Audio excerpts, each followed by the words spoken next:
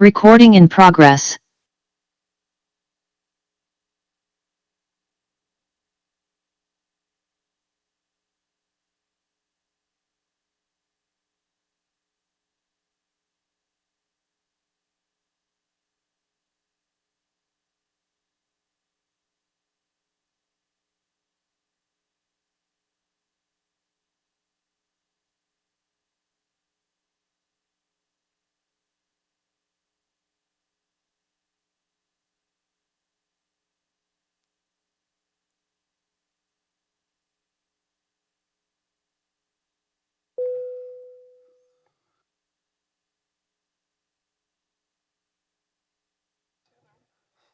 Have to be retrained each time.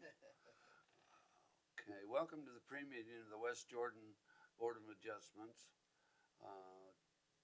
for April 11th, 2023. We have 5 members here today. Board Member Clifton Smith, Board Member Augustin Avalos, Chad Lamb, and Christine Wright. Have I got everybody? Because we're missing one, correct? Okay, we're all there then. All right, I'll open it up for discussion then. Turn it over to Larry. I would like to turn it over to Larry. Larry, take it away. So my understanding is that Larry has already done part of this training, so hopefully I stay in line with what he's already told you. Question: Have all of you been? Have you been here on the board long enough to have me do the Open Meetings Act? I know Chad wasn't there, but I think everyone else has been. So I'm sure this is going to be riveting for you, including Chad, who's never gone through any of these.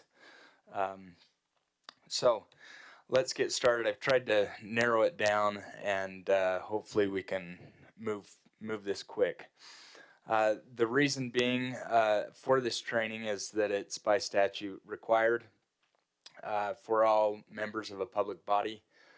They have to receive training once a year and to explain their duties as opening a meeting and what meetings might be closed, and the duties of having minutes and recordings. So basically the intent of the law is that all meetings are public unless otherwise closed, and the intent is for transparency for the public to be able to see what deliberations and actions the public body is taking instead of backdoor negotiations and backdoor actions that were taken by the public body. So that is the intent of what the Open and Public Meetings Act is. Unless otherwise closed, a meeting is open, and there are several different reasons why a meeting might be closed, none of which would happen in this body that I can foresee. There may be some odd situation that comes up, but regularly speaking, this meeting wouldn't ever be closed. In order to be a public body, you have to have a quorum, which is a simple majority. So in this case, it would be 3, and actions can be taken with 3 members of the public body. And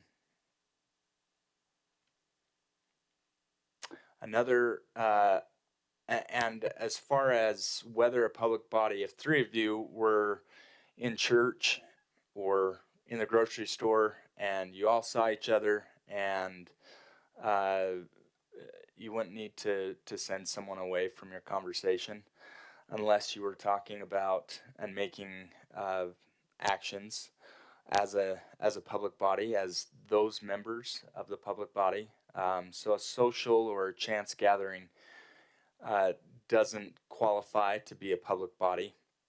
You wouldn't have a quorum at that point just because of the topic of what's being discussed. So to reiterate on that, because there's only 6 of us, 3 makes a quorum. Is there? I thought there was 5. Oh, there's 5. Is there not a 6th person? Okay. All right, perfect. Yep. Just No, that's good clarification. Just because on the city council, a quorum is like 4. 4. So, Yep. Okay. So it just depends on how many you have on your board or city council. Just a simple majority would be the quorum. So, so with a public body, you can it can be an administrative, advisory, executive, or legislative body. It doesn't really matter which one of those.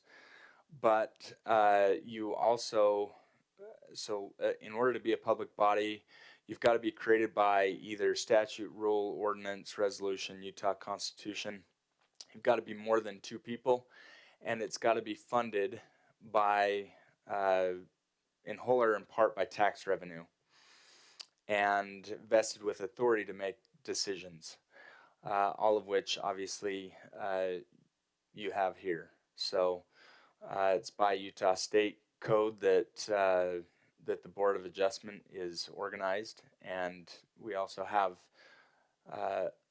ordinances in our code that discuss duties of the Board of Adjustment and what their role is. As far as notices are concerned, for regular meetings, including in your bylaws and by state code, 24 hours public notice is what's required. And the notice has to include what items will be on the agenda. The agenda items have to be reasonably specific enough for someone to say, oh, okay, this is what's going on at the meeting, versus a general, vague, broad, unhelpful description of what that item might be. And I think Julie does, and the planning department does a great job in putting down a very specific things related to what you're going to be discussing. So I don't think that will ever be an issue, unless Larry and Julie retire, and then maybe. So it's not if, it's when. Okay. That notice has to be published at the principal office of the public body, and given that this is a temporary meeting, where do you usually post it? There's one out there in the lobby. Okay. There's one at City Hall, or Public Works, in our notice thing. It's on our website, the public notice website. Awesome. So those are all the places. We have to provide a notice to at least one newspaper, or just letting the media correspondents or reporter, someone. Who do you typically send it to, Julie? Steve Speckman, I think it is, of the Deseret News. And there's a Tribune one too, but I got that one bounced back this last time. So, but yeah, there's that. And I also send it to the libraries, and they usually print them out and post them on their notice boards. Thank you. We've already covered the top there. If you've got someone that comes in a public hearing and they start to begin to talk about other items that are not posted on the agenda, that's fine to continue to discuss what was not on the agenda, but no final action can be taken on that particular topic. So you may have, especially at a public hearing where the variance or whatever the decision was made fuels some people and comes in and they start talking about other things, then you just can't make any final actions on that unless it's on the agenda for the next meeting, and then they can come in and talk about it, and an action can be taken by the board. One, this is just word of the wise right at the top. It's irrelevant what this is the minimum legal behavior, what's required, but obviously the media and public may think differently.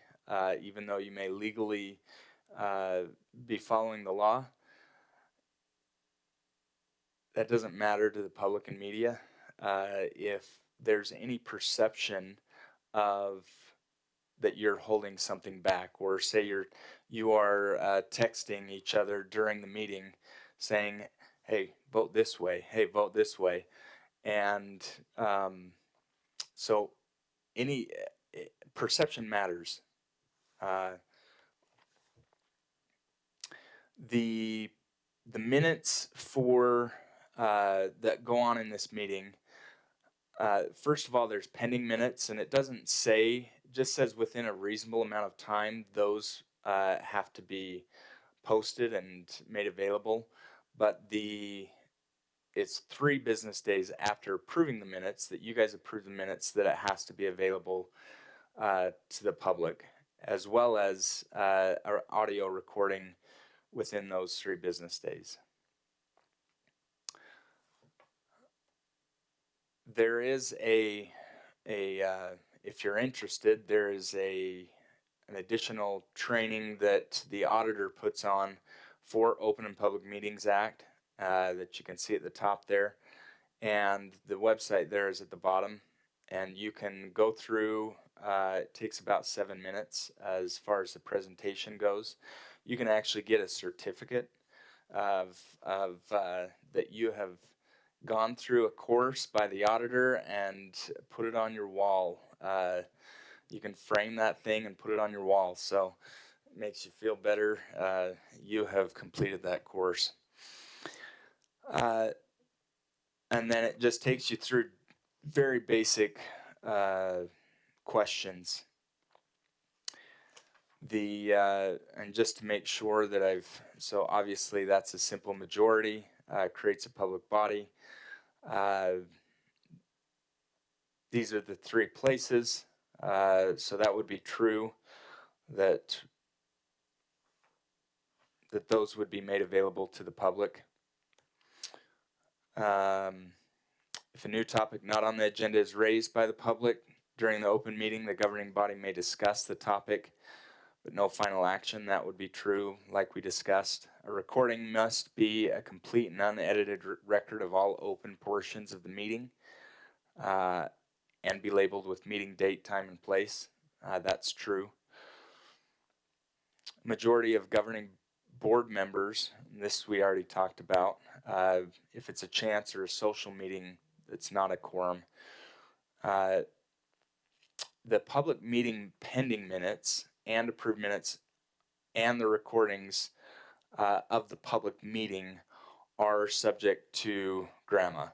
So they are public records. If you've got a closed meeting, they are protected records, and with some exceptions require some, those are under wraps except under certain situations. Regular open and public meetings require 24 hours notice, and that's also what the bylaws say for, and look at that, I've got last year's training. So I'm certified, I guess. There you go. And that's it. That was good, right? Very good, thank you. Keep the applause down. Believe you would say that.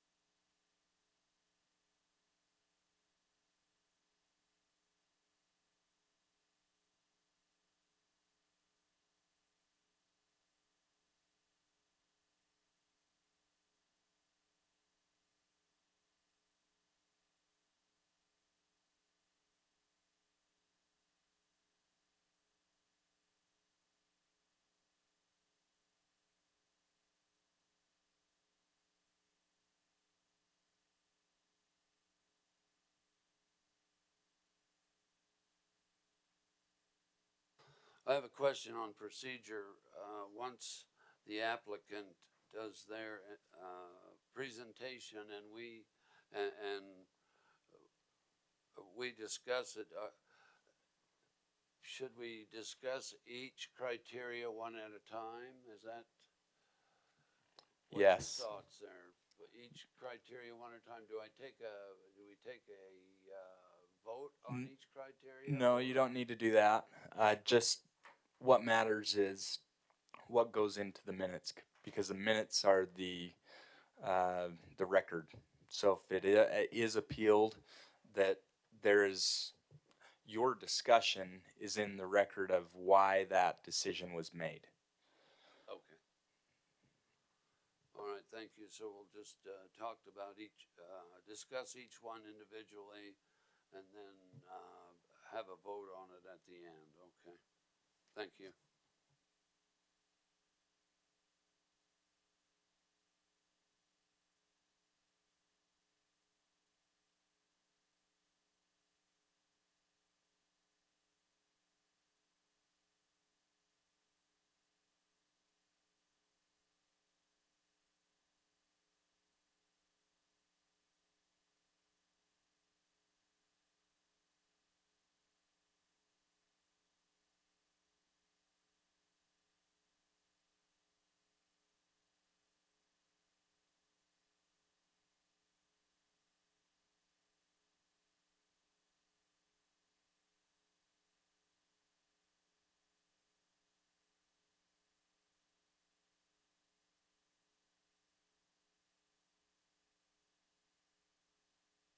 I'll take a motion to close the pre-meeting.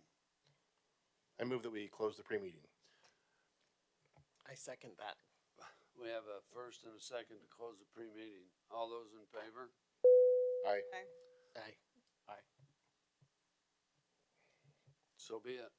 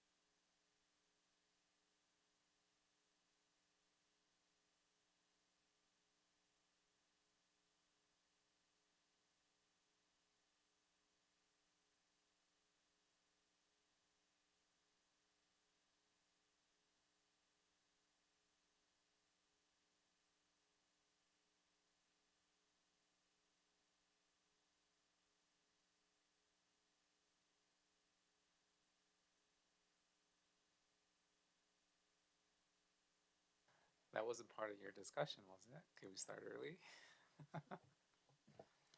Since it's not publicized on the agenda until 6, whatever on the agenda matters.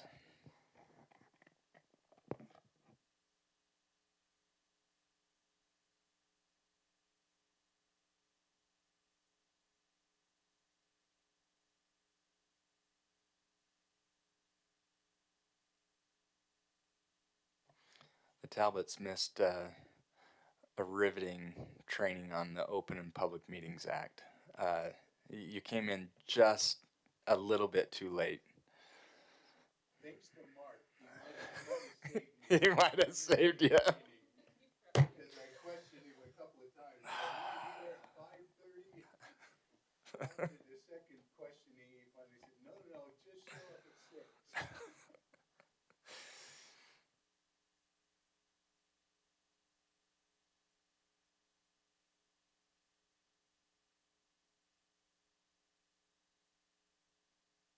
You know what? It's recorded. It is recorded. It is so good. They've recorded it, so you can just replay that thing over and over and over again, 15 minutes at a time. So just just Just put it on repeat. yeah, repeat. Yeah, if you've got a long drive, it's beautiful material. Won't put you to sleep. It's yeah.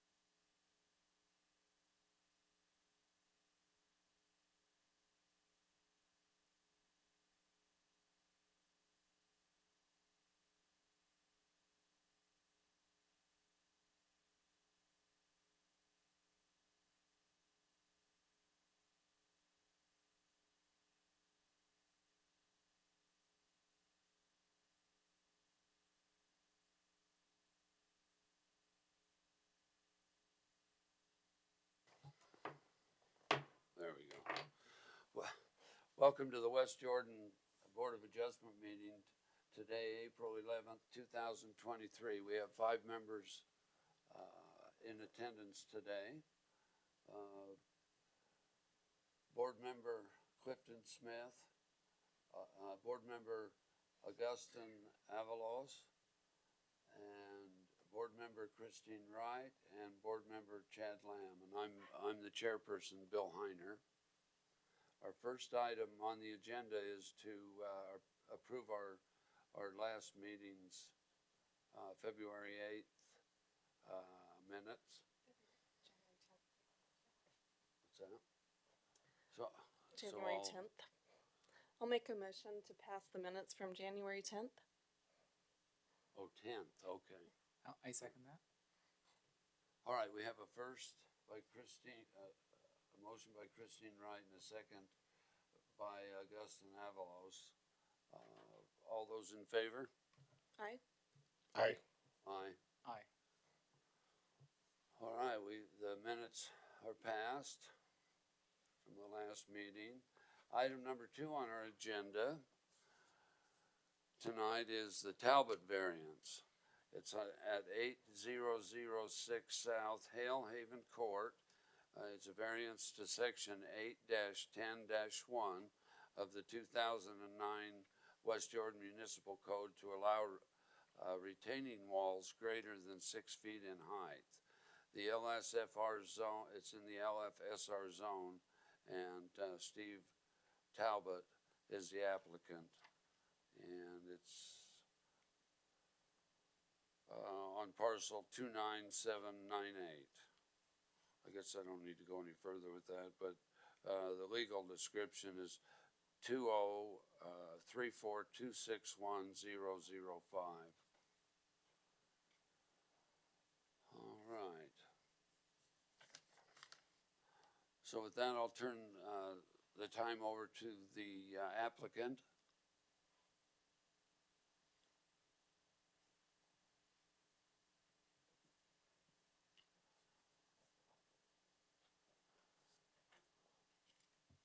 If you would state your name and address for the record. Stephen Talbot, 8006 South Hellhaven Court, West Jordan. Thank you, board. It's good to be here.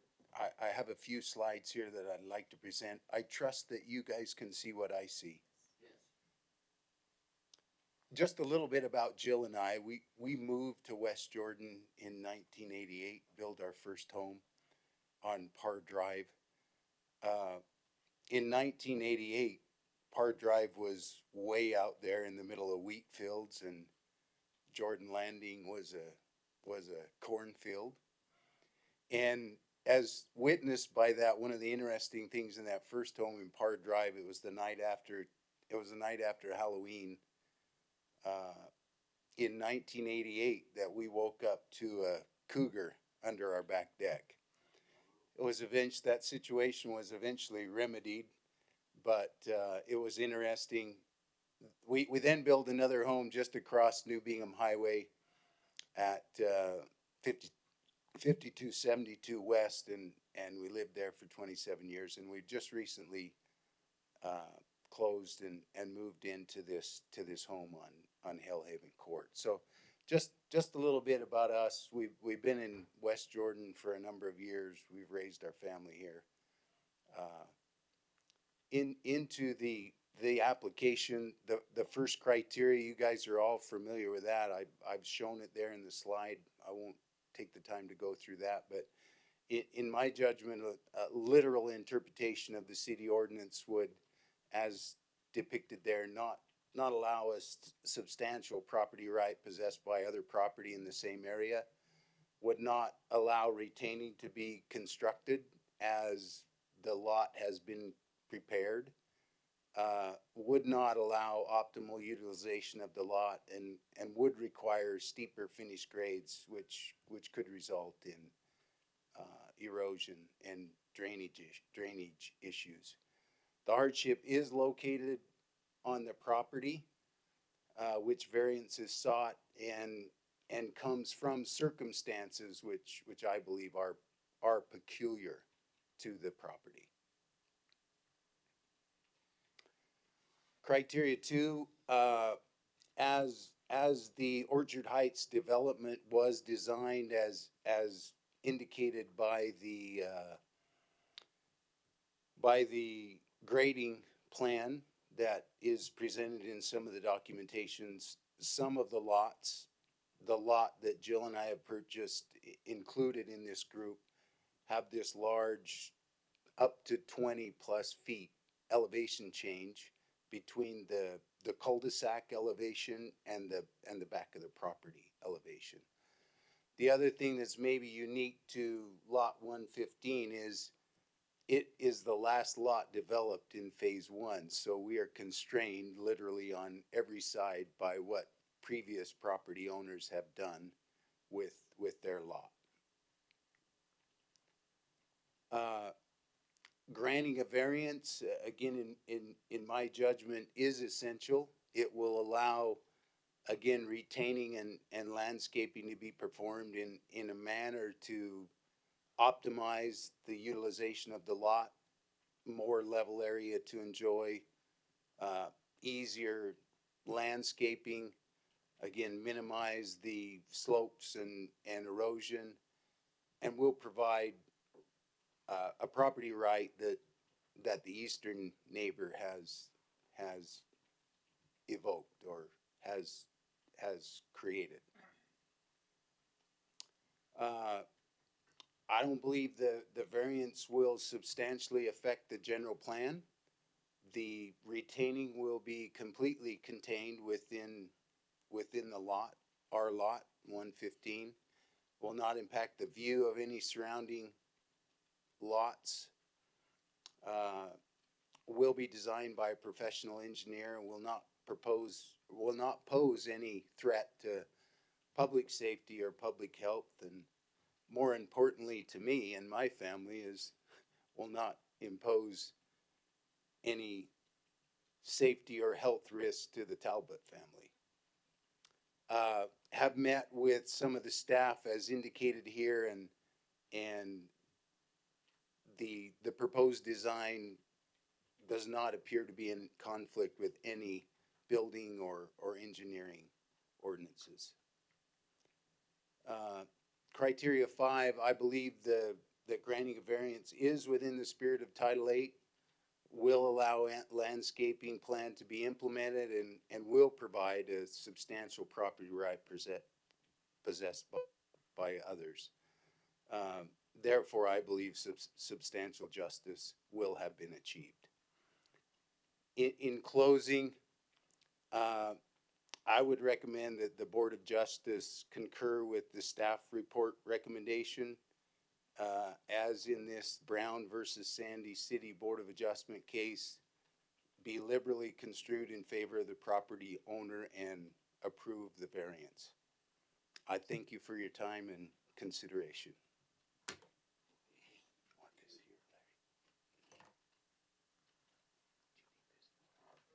Do any of the board members have any questions for the applicant?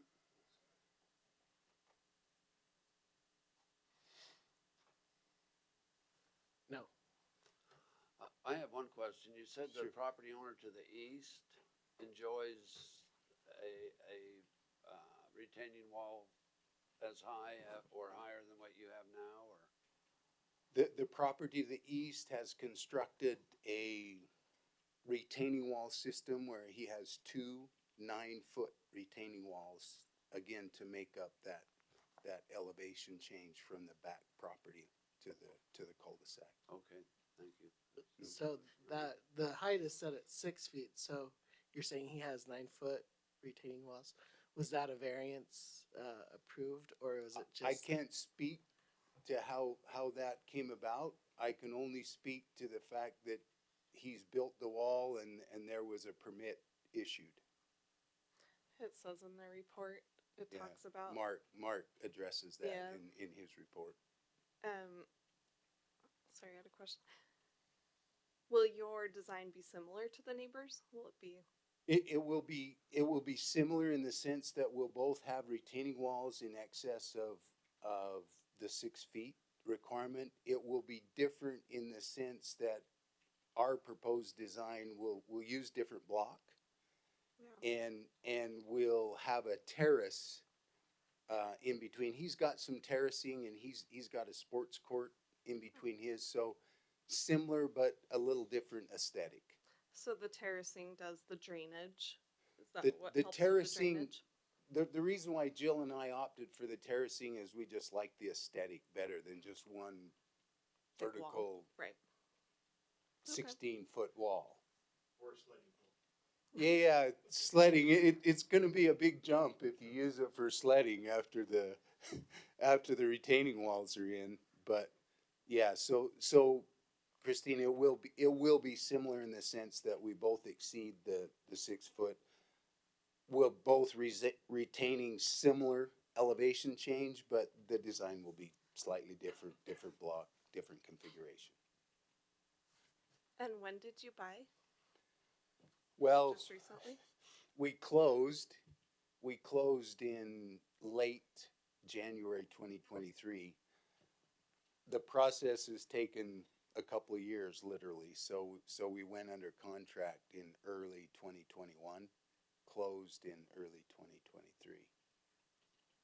Okay.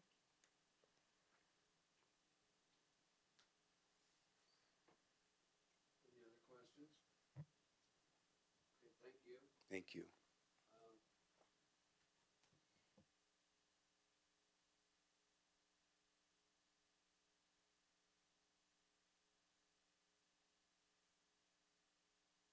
Okay, thank you, Chair. I think Mr. Talbot's done a very good job, in fact, an excellent job of explaining why he feels like he deserves a variance to the ordinance.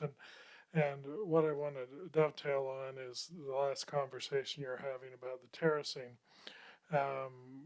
You know, instead of Mr. Talbot, instead of coming in and wanting to build the Fenway Park wall in his backyard, he's doing a terracing approach that is more in conformance with the ordinance than not. And all he's asking for is a simple 2-foot height increase to the wall. And if you look at the lot in question 115 at the top there, you know, when this subdivision was approved, I remember it's quite a steep slope. Mr. Talbot did not create this issue. Mother Nature did sometime along the way, and as our past training of the Board of Adjustment's been, is that's exactly what this variance is for. It's a relief valve from strict interpretation of the ordinance, so that these private property owners can have a substantial property right. You know, property, as we're all well aware, is becoming more and more expensive, and I think, as he pointed out in the Utah Supreme Court case, we should be liberal in our interpretation of the ordinance so that they can get the most enjoyment out of their property. And I will say one other thing is that on the west side we have a lot of flooding issues because of these sloping, you know, the old dry farm sloping hills. And I believe that what the Talbots are proposing to do will alleviate flooding on their property and on the neighbor's property through this terracing approach, and it also will hold back better the slope as it becomes saturated from coming down. And you know, and as you can look on the site, the most extreme part of the retaining wall is that western part right next to the pool. So it's not like they'll be impacting someone's backyard. They'll be impacting mostly the community pool. And so with that and what Mark has done in the staff report, I am of the opinion that the Talbots have proved a case of hardship and can be granted a variance under the statute. Do you have any questions for me? I have a couple questions. Just I wanted clarification. Mhm. So, in the report, it said that the subdivision was planned so that the drainage would be correct. Um, what, I guess what happened and where did that kind of fall short? So the drainage will be correct. Yeah. I think the drainage could be correct if the swales that were planned in the plat were erected. And I believe there's swales between the neighboring properties, and so that would drain the water from the properties to the street, or along backyards to the street. So I don't think that he's interrupting that drainage. I think, in fact, I think it will enhance the drainage of the property because it will stop it from going to neighboring properties and direct it towards the public conveyance. So, I guess my Mhm. question is more along the lines of if the subdivision had been implemented as planned, then the retaining walls wouldn't have been necessary. Is that correct? no, I don't say that. I don't think that at all. Okay. I think that what you could have is the subdivision was platted. This is a half-acre lot. You know, I think more than a quarter acre of it is a hill and a very steep hill. I think the best way to contain the drainage on this lot is through the from it all rushing into their backyard or into their basement or not backyard but in the back of their house or the basement is to landscape it. On these slope properties, the most beneficial way you can stop any type of flooding is landscaping. And I think that the Talbots have done a really well thought out landscaping plan. And any of the excess water, I think they direct to the swales between the lots. So I believe that what they're asking for is an improvement to the lot. Okay. And just another question: why is it set at 6 feet to have for the wall maximum height, and what? Again, some of this is in the report, but I just kind of want to bring it up in this discussion. Why is the wall 6 feet? Why is the wall set maximum at 6 feet? And then what are we? Can we elaborate a little bit on what's being done to mitigate those reasons? I don't. Why is it set at 6 feet? That could be an arbitrary number that was approved by a city council years ago. They may have felt that they don't want retaining walls any taller than 6 feet. It's probably for aesthetic reasons. As you saw in the staff report and by their professional geotechnical engineer, 6 feet is not a magic number. It doesn't, many retaining walls are much higher than 6 feet. It's how they're engineered. And what was the second part of your question? So 6 feet, I don't know. I think it's just a number that the city council at that time felt is what is best that they could live with. Okay, since it's just an arbitrary number, then as long as it's being engineered, then we can feel confident in the Yes. integrity of the walls. Yes, and the Talbots have already contacted a geotechnical engineer who has designed this, feel confident that they can design it. And they've met with staff, met with Todd Johnson, one of our engineers, Mark Forsyth, and Doug Rolfe, the building official. And I spoke to Doug Rolfe, the building official, before I came to this meeting because with Mark being absent, and he feels confident as long as they follow the design of the geotechnical engineer, that he's fully confident that it will not fail and that a permit can be issued safely. So, Thank you. and I believe that I don't know what happened to the east of them, but a building permit was issued and it was inspected.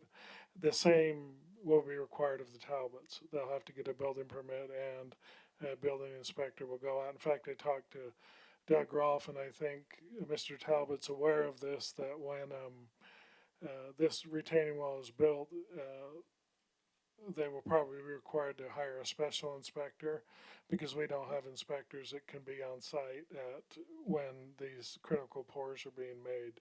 And I believe Mr. Talbot's aware of that and agreed to that. So, Thank you. I have one question. Along the north side of the lot, I thought I saw in the engineering that there was something for drainage along that line. Did I see maybe. Are you able to answer that more? Can you go to the microphone, please? So,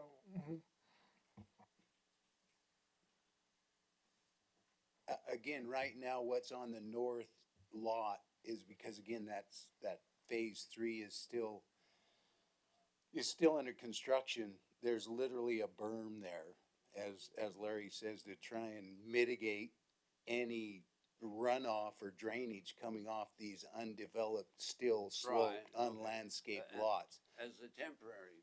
As a temporary condition. Again, I haven't looked at the grading plans. I don't know where swells were designed and implemented at one time, but right now the control is a berm that runs along that north property line. But if they were to take that berm out, well, okay, I think that answers my question. The berm would contain any flooding, especially that we're gonna maybe have this time with all the snow we have. But I thought I'd seen something in there, maybe not, might be mistaken. Almost like a French drain along that line. There were again some on that detail, and again, I'm not that familiar with the Okay. original grading plan, but as That- Larry that had wasn't mentioned, done there by there your- were swells. No, That there wasn't were done by your engineer. no, Okay. there were All right. swells originally designed in the development of the property. Okay, that, by the that developer. answers my question. Great, thank you. Anyone have any further questions? Okay, at this time, I'll open it up for the public hearing.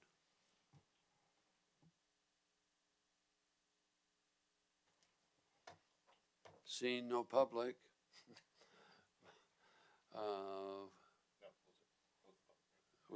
We can close the public hearing, thank you. All righty.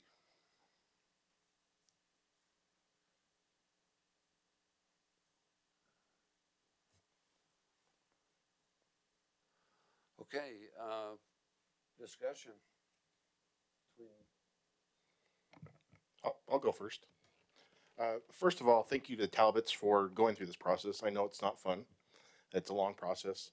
In the past, I'm not seeing in West Jordan, but in most places, people wouldn't even bother talking to the city. They would just do it. So, thank you for working with the city. Obviously, as citizens of the city, we don't live near where you live, and I'm a big proponent of property rights. And so I'm glad that you're able to do this and that you've gotten all the information needed to make it work. My first thing was there's two things I was thinking of was that we've already discussed is flooding is an issue. And I think this will mitigate flooding issues. Although looking at your property, it looks like your biggest worry is the people above you flooding into your yard, not you flooding into others. And then the second thing, my worry is always, how does this affect the neighbors? And from everything I've seen and read, this should not affect any of your neighbors. People above you will look down onto it, but other than that, nobody else will see your neighborhood nor worry about it. In special circumstances like this, neighbors worry about what other neighbors do with their yards because it affects their yard. A quick example that I saw a few years ago was somebody constructed a big solar panel in their backyard that was so big that it affected three neighbors next to them. And so I always think about that when I think of what is happening in these neighborhoods and how does it affect others. And I see no effect to your neighbors with any of this, and I think it'll be perfect for not only you but for your neighborhood as well. So those are my thoughts. Thank you. Thank you, Board Mr. Lamb, Board Member Lamb. Okay, anything else? Anyone else have any comments? Sure, I just wanted to thank you as well because he said it right. A lot of people don't really bother to come and to the city council or the city, offices and really learn what they need to do to make sure that everyone follows the rules. So we really appreciate that. It's not always complicated. Sometimes if you just work with the city's staff, you'll realize that it's sometimes 1, 2, 3 simple steps, and here we are. So thank you.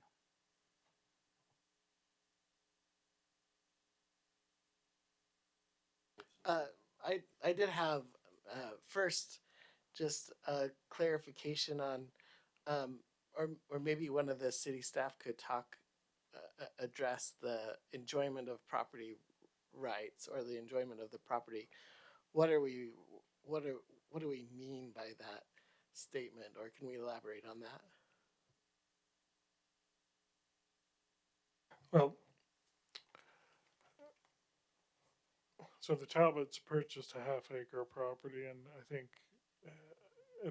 Commissioner or Board Member Lamb pointed out, a quarter acre of it's a sledding hill. So I think enjoyment of the property rights is to be able to, and either of the attorneys can correct me if I'm wrong, but the enjoyment of the property right would be to use the property as you would normally use a residential subdivision lot. Now the Talbots purchased this half-acre piece of property, and I think they want to make use of it as a normal residential lot.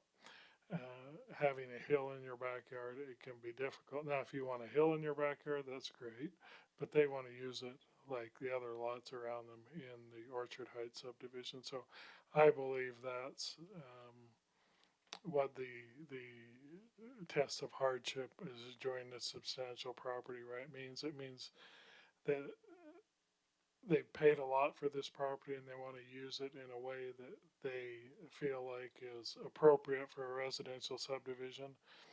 But, and I shouldn't say but, I should say and as the connector, they have gone to the step to make sure that it is engineered correctly and it will be safe for the whole neighborhood around them. So I think that not only they're saying, well, it's my right to use the property the way I want, they're not saying that. They just want to use it the same way that everyone else in Orchard Heights is using their lot. So. Thank you, and also to speak to that fairness, I think with the property to the east, as it's also been able to make that modification, I think it speaks to fairness that we would allow a similar process to take place in this example. I'm also a big lover of West Jordan and how great you guys are for homeowners because you make it very easy to get the information. We've done multiple renovations on our house, and you guys, I find West Jordan to be great. I hope you've had a similar experience, but I feel like you guys have gone through and you meet all 5 criteria, which I think we need to go through and reference. So you go through and this is peculiar to your property based on how the other subdivisions have been developed and changed over the course of the time. It is special circumstance to your property, which I'm a big proponent of property ownership also. I agree. Like, make it yours. Make it how you want it. Enjoy it. Don't bother your neighbors. That's great. Yeah, enjoy it. You can't put a sports court on a 20-foot hill, so how are you going to play pickleball, right? You can only sled in 2023 for half the year. It's not going to change the general plan because your general plan has already been changed based on the other phases. And you've done all your research, so I feel like you've met all your 5 criteria. I agree with Board Member Wright. One of the main things that over the years that we found that makes the difference in situations like this, enjoying your property, the enjoyment of your property compared to like your neighbor. He has, that's why I asked that question, as far as the neighbors having that wall too. So that's one of the keys, I think, for an approval. So what I'd like to do, if you don't have any other comments, is just go through each criteria and discuss them, and then at the end of the 5 criteria, we'll take a vote. So with criteria 1, literal enforcement of this title would cause a reasonable hardship for the applicant that is not necessary to carry out the general purpose of this title. The Board of Adjustment shall not find an unreasonable hardship if the hardship is imposed or economic. To determine whether or not the enforcement of this title could cause unreasonable hardship, the Board of Adjustment shall not find unreasonable hardship unless the alleged hardship is located on or associated with the property for which the variance is sought and comes from circumstances peculiar to the property from conditions that are general to the neighborhood. We've discussed those points, so Yeah, and just to maybe give explanation, in my mind, the height of the wall being somewhat arbitrary, and their willingness to make sure that a wall that's put up is built correctly, that speaks to them being fulfilling that. I think that criteria. good. I think we're in agreement on criteria 1. The criteria 2. Although that word hardship is used a lot. Okay, criteria 2, there are special circumstances attached to the property that do not generally apply to the properties in the same district and relate directly to the hardship complained of. Thoughts, discussion on that? And we'll go back to the special circumstances is there's a big hill in the backyard, and terracing this hill will not only bring enjoyment to the family that's on it, but it would also mitigate other circumstances that might happen with weather or water.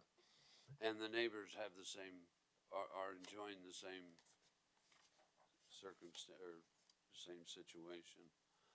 Okay, criteria 3, granting the variance is essential to the enjoyment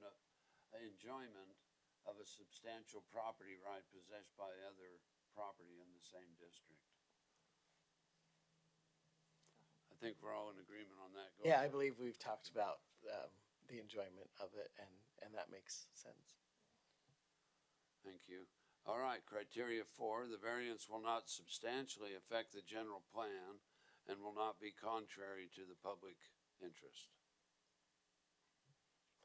I think by preventing some flooding, it will actually help the general plan and the public interest, so that's good. Agreed. Okay, criteria number 5. The spirit of this title is observed and substantial justice done. That would be if we vote yes. I guess. The other criteria lead to that, so. Hey, Jared, sorry, I have one question, and I'm not trying to be a pain, just from a training you've done over the years. I remember you telling us one time that just because someone buys a property and then they decide they want to put a shed on it closer to the fence line than they're supposed to, doesn't give them a hardship. And since this hill was already there, can anybody elaborate on how that how it's not similar, since it was already there? Yeah, I think what it comes down to, I think the difference there, in my mind, and you guys have to make the decision, but I think the difference there would be that others around them, surrounding them in the same zone, are able to experience property rights that, given a residential zone, I think that's the difference. Okay. So there is conditions particular to their property that others also enjoy, versus just them buying a property, realizing it's not going to work out for him, and then coming in for a variance and saying, "Hey, we're different, but we bought the property." So knowing full well that this is what it was looking like and that we would need a variance. So I think that there is a differentiation there between what we had talked about earlier and this situation. I agree. That makes sense. Thanks for clarifying. Yeah, thanks for asking that question. And I think maybe to put it another way, if nobody's, anybody that buys that property is going to be penalized by what's existent there. And particularly because one of the properties on the east or west, I can't remember which, has higher retaining walls. So that leaves the city in a very difficult place to not say, well, you can't have what they had because they didn't request it. Sorry, but we're not, you know. So I think that also is a factor that the board would probably consider in their decision. Yeah, I think that makes sense, especially since I think you had mentioned, Larry, that this subdivision was approved, way before it was actually being built, and the landscape and the whole kind of changed, right? So I think as a city, we need to be cognizant of making these variances and allowing these variances, and like you mentioned as well, that some of the neighbors have built fences that are a little bit taller than in the allowed amount, if you will. So I think it makes sense as long as we it covers all the steps that we just went over, and I think this one does.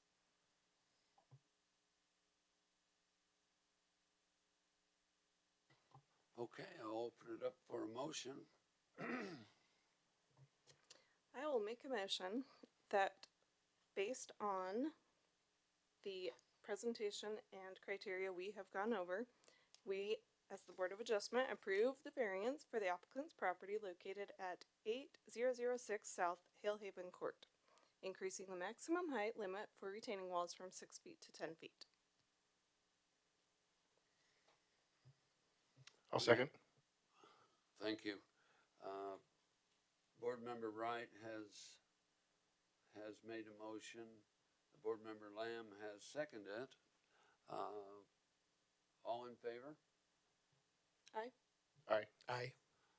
It's unanimous. The ayes have it. It's unanimous. Congratulations.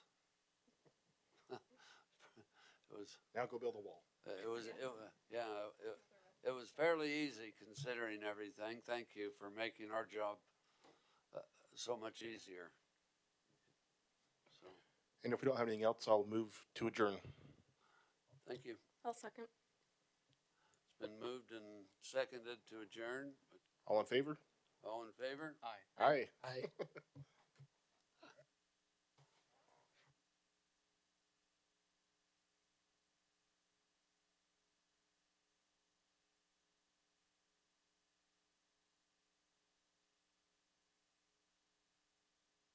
Recording stopped.